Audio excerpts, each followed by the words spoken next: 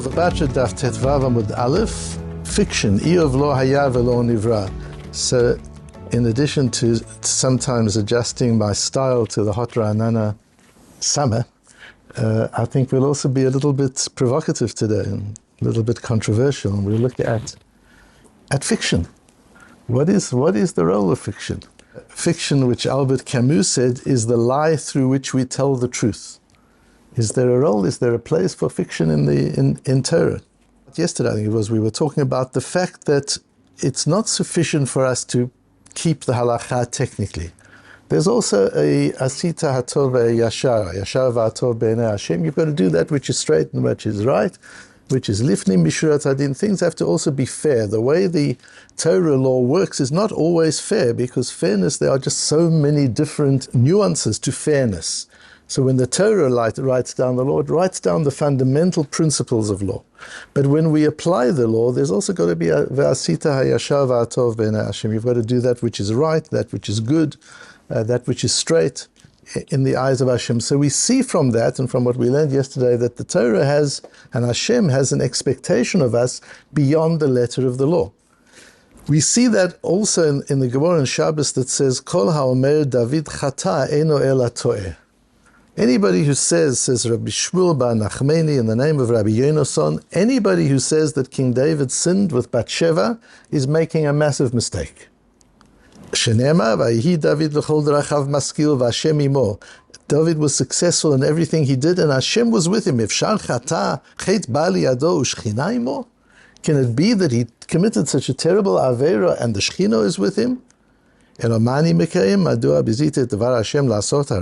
does it mean when Hashem says to him through Natan, why did you ignore Hashem's word, cheapen Hashem's word to do that which is evil? He intended to do something wrong, but he never did.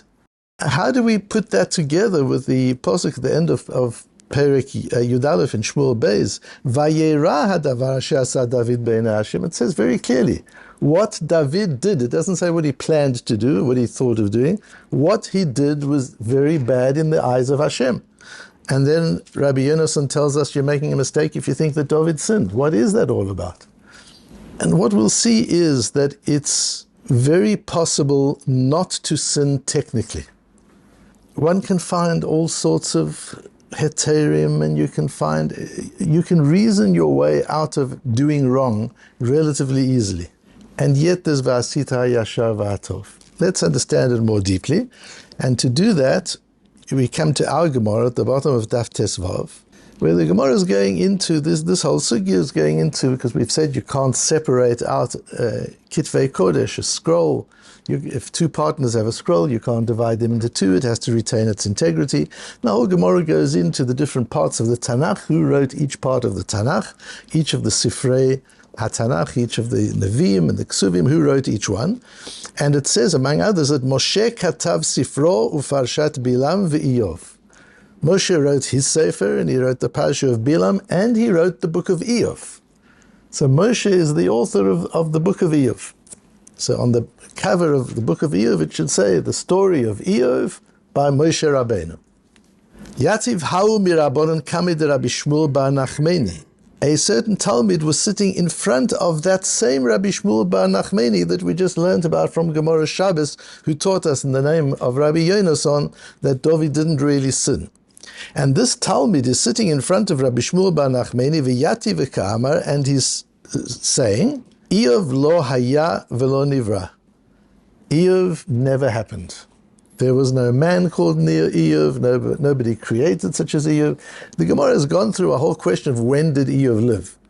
And most views are somewhere in the time of Moshe Rabbeinu, but some say it was in the time of Purim. All sorts of different views as to when Eov lived. And then we've got this view that he never lived. There was never, it's historically inaccurate. There was never a man called Eov. Elo mashal haya, it's a parable, it's a metaphor. How can you say that? Says Rabbi Shmuel bar Nachmani to this Talmud. So Rabbi Shmuel bar Nachmani, we see, is very conservative in his understanding of the Torah. David didn't really sin. We'll figure a way to understand it. Eov really did. It says Eov existed. It says, Ish haya be'eretz utz, Eov Shmo, there was a man. The Torah wouldn't tell a lie. It says there was a man, and his name was Eov, and he lived in Utz. Surely that means he really lived. Says the Talmud in front of Rabbi Shmuel bar Nachmani, Ele me'ata, in that case, Ularash ein kol ki im kivsa achat ktana she'kana v'yichayeha. When Natan HaNavi comes to David to chastise him for what he did, and he tells him the story, the parable, which we'll see inside in a moment, of the man who had a little lamb, and he was very close to the lamb. And Rashi says at the end of that, it says, V'seifa dikra vatehi lo levat. It also uses the word, and this little lamb was like a daughter to this man. It says it was so. So if when the Tanakh uses the word vayehi, it was so, if that always has to be taken literally, then how do you take the case of Natan HaNavi? Clearly that was a parable, that wasn't real. Mi have it. And a mashal ba'alma, achinami mashal ba'alma. It's clear that that was a mashal, it was a metaphor, this is also a metaphor. Says the Gemara, Im kain shmo v'shem irolam. So then why tell us the name of the city and the name of the man? Why is that relevant? And the Gemara goes on. It seems to be that the Gemara concludes that there was a man called Eov, and that there was such a story. There's a medrash at the end of Vayera, where Reish Lakish says, Eov lo haya v'lo niyeh. Same thing, there was never such a man called Eov. Asks the medrash, Machlefei shitateh de Reish Lakish, are you switching Reish Lakish around? The Taman amar Reish Lakish b'shem bar Kafra b'mei Avraham haya. Reish Lakish is the one who says that Eov lived in the time of Avraham. How can you say there never was an Eov? He's just placed him at a period in history. V'hacham Eov lo haya v'lo niyeh. Mai lo haya v'lo niyeh b'yisurim shenichtavu alav. It's not that there was never a man called Eov. There was a man called Eov, and he lived in Eretz Utz, and he lived in the time of Avraham Avinu, according to Reish Lakish. But the story was a metaphor. He didn't have all that suffering, and the story with the Sultan coming, and all the friends. The whole story that we're given, that was a mashal. But there was a man called Eov. V'lama nichtavu alav ela she'ilu ba'alav haya yachol la'amod bahem. Comes to teach you, this man Eov was very great, and if the story would have been true, he would have risen to the occasion.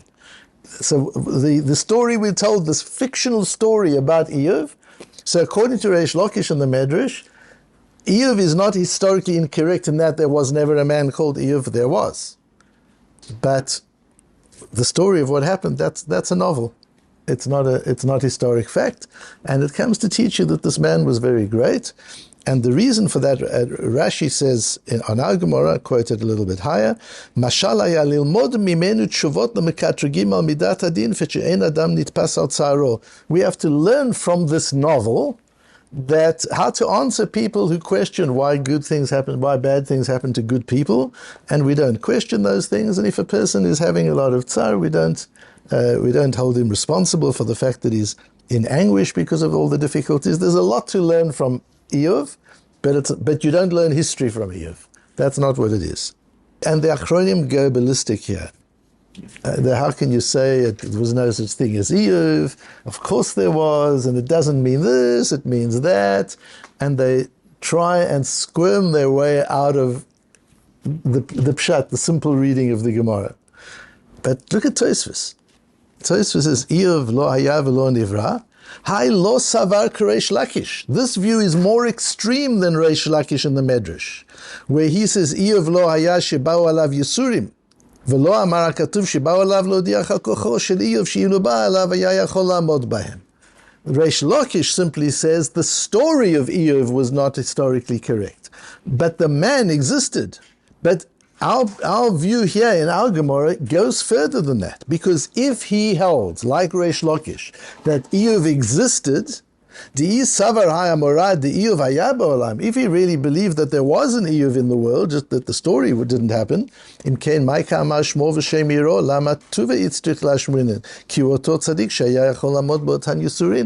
that's part of the historical fact. Then the Gemara's question wouldn't apply to Reish Lakish and the Medrash. Reish Lakish says there was a man called Eov.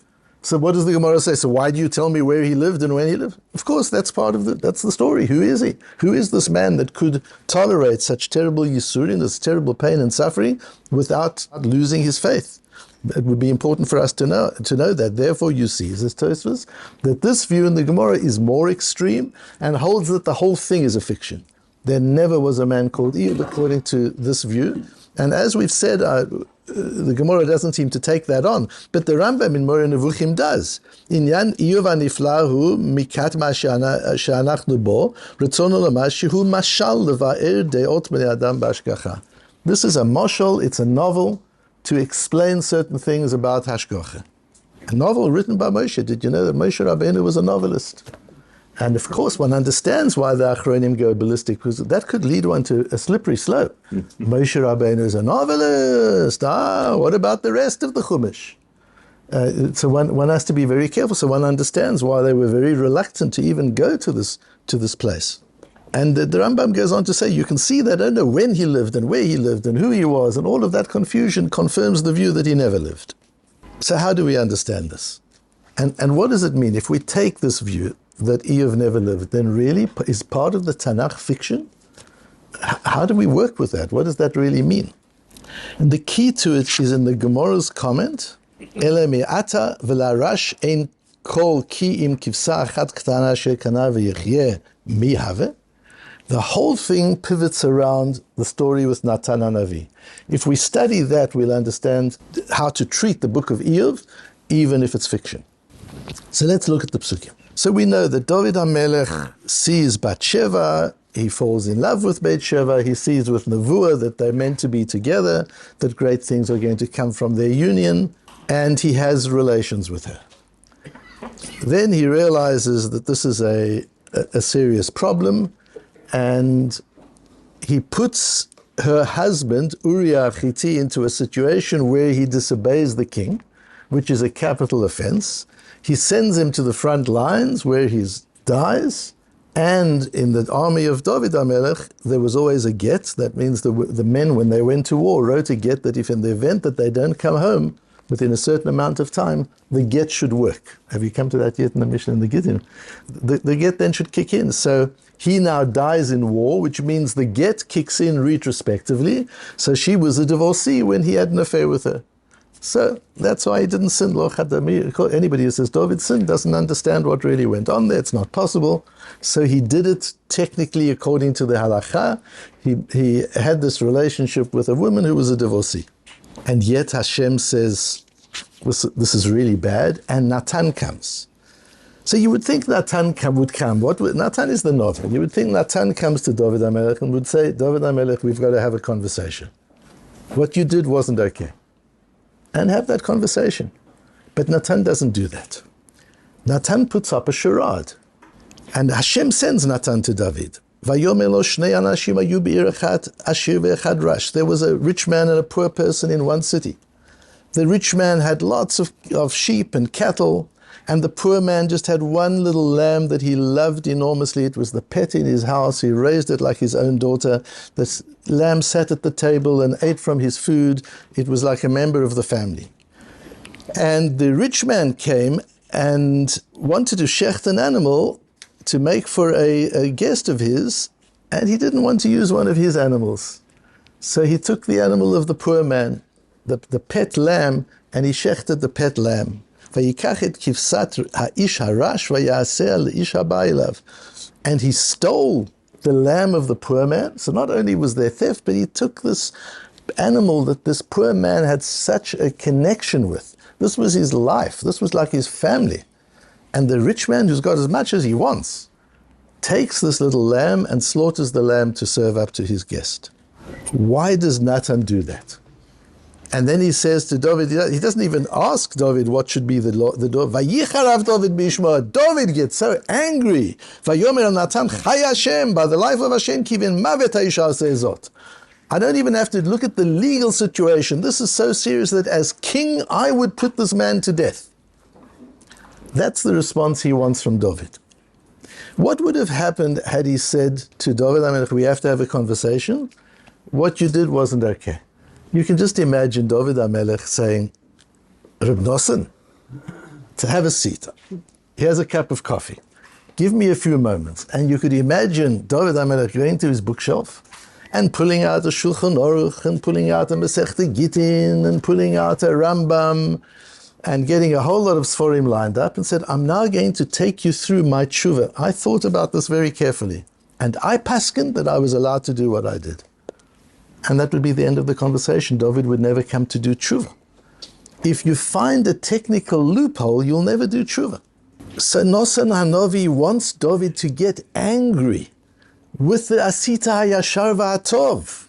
He wants him to get a step ahead of the technical law. And if you just tell a person things, you're giving them information. And David had the information. There would be nothing new. I think David didn't reason the whole thing out. What would Nosan tell him that he didn't know? So he tells him a story. Because information informs, a story inspires. Information gives a person facts. A story gives a person feeling. And when he gives the story to David HaMelech, Vayichar af David, David gets angry at himself when he realizes that he's the person. Yes, you can go and you can see and you can find heterim, you can do all that, that's fine. But the fact is, this isn't okay. If you look into the soul of it, if you look into your soul and the soul of what you did at a soul level, this is evil. And that's why the Pasuk says, Vayera hadavar asher asa David b'nei Hashem. Hashem looks at the soul of the issue, at the soul, not at the technicalities. Hashem's not looking as to whether you've checked all the boxes. What's if in Shulchan Aruch you did wrong? Hashem looks beyond that and looks right into the soul. And this isn't okay. But it's only not okay if you're understanding it at a soul level. And to understand something at a soul level, you need imagination, because you can't see souls. If you don't use your imagination when you're talking to your friend or to your husband or wife or to your child, if you don't use your imagination, you're just going to see a body in front of you. If you use your imagination, you'll see a neshama in front of you. If you daven and you just look at the words, you'll just see dry words. If you use your imagination, you'll see words come alive. You'll see the soul of the words. You've got to live with imagination. You can't live without imagination. Koach hadimyon is one of the gifts that Hashem gave us, that ability to do this. The hills danced like rams and the mountains like sheep. Did they really? No, use your imagination. You'll see it if you use your imagination. Don't deprive yourself into an impoverished life of facts and data, because you will live a soulless life with facts and data. Facts and data is one piece of it. But there's another whole world, the world of imagination. Facts and data, David did nothing wrong. Kol ha'amer David chata, eino ela toeh. It's a mistake to think he sinned. The facts are against any such thing. The facts show he didn't sin. But the imagination, just listen to the story. When you've listened to the story, you know that there was a sin. The Ramban brings the Rambam in the beginning of Parshas Vayera, where the Rambam says the story of the three angels that came to Avram, that was Nevuah. The Ramban criticizes the Rambam, says it can't be Nevuah because a Novi doesn't see angels. You see, an ordinary person sees angels, some ordinary person, not everybody. But it's not Nevuah. But he says it is a mar'eh, it is a vision. So what was it? This was a vision? So the Torah itself becomes a novel. That story didn't really happen. Well, didn't it happen or did it happen? It happened in Avram's imagination, and I don't mean just imagination. It was a mar'eh. He lived it, because that's what you can do in fiction. Lahavdil. I'm using the word fiction broadly. Not using the fiction as just little stories. I'm using fiction as the artistic ability to tell a story that conveys a deep truth in an emotional way, not a factual way. And Hashem wanted Avraham to live that experience, to live the whole thing of the three angels, and they come and they tell. Why didn't the angels just come and tell Avraham, I've got three things to tell you. Your wife's going to have a baby, the question with storm. Why doesn't he just tell them? Why the whole vision? Because Hashem wanted Avraham to journey along that route of discovery using his visual capacity, his capacity to envision and to experience the entire thing at an experiential level, not just at a factual level. And that's why it becomes important. And that's what Albert Camus said. Fiction is the lie through which we tell the truth. There are truths that are data related, factual truth. But that's only one piece of the story. There's another whole world, which is emotional truth, intuitive truth, the truth of feeling. I spoke at the Rosh Chodesh Shir this month of a man who might look at his wife and she's smiling and she's cheerful. But if he uses his imagination and his heart, he knows she's not. He knows something is the matter. He knows something's wrong. You can't go through life just looking at facts, because you'll miss everything. The eye can only see the surface. You've got to see with your heart. You've got to see deeper down. You've got to feel. You've got to imagine. You've got to emote. You've got to intuit. And then put it all together. That becomes important. And in the Rosh Chodesh Shir, one of the points that I made, and it links to everything that's going on in the world today, is what we do as Jews is first we get the intuitive, emotional, emunah piece right, and then we get the visual piece right, then we get the data right, because data can be twisted any way you want. We apply the data to what we know from Masorah, to what Hashem has told us, to what we feel with our neshamot. That's what we apply the data to, not the other way around. You can take a photograph of bombs in Gaza and you can say genocide, and now Jews become genociders. Why? Because you're following the superficial thing. You're following a picture. You're not understanding the whole issue from a heart perspective. And when you do understand the issue from a heart perspective, reality changes.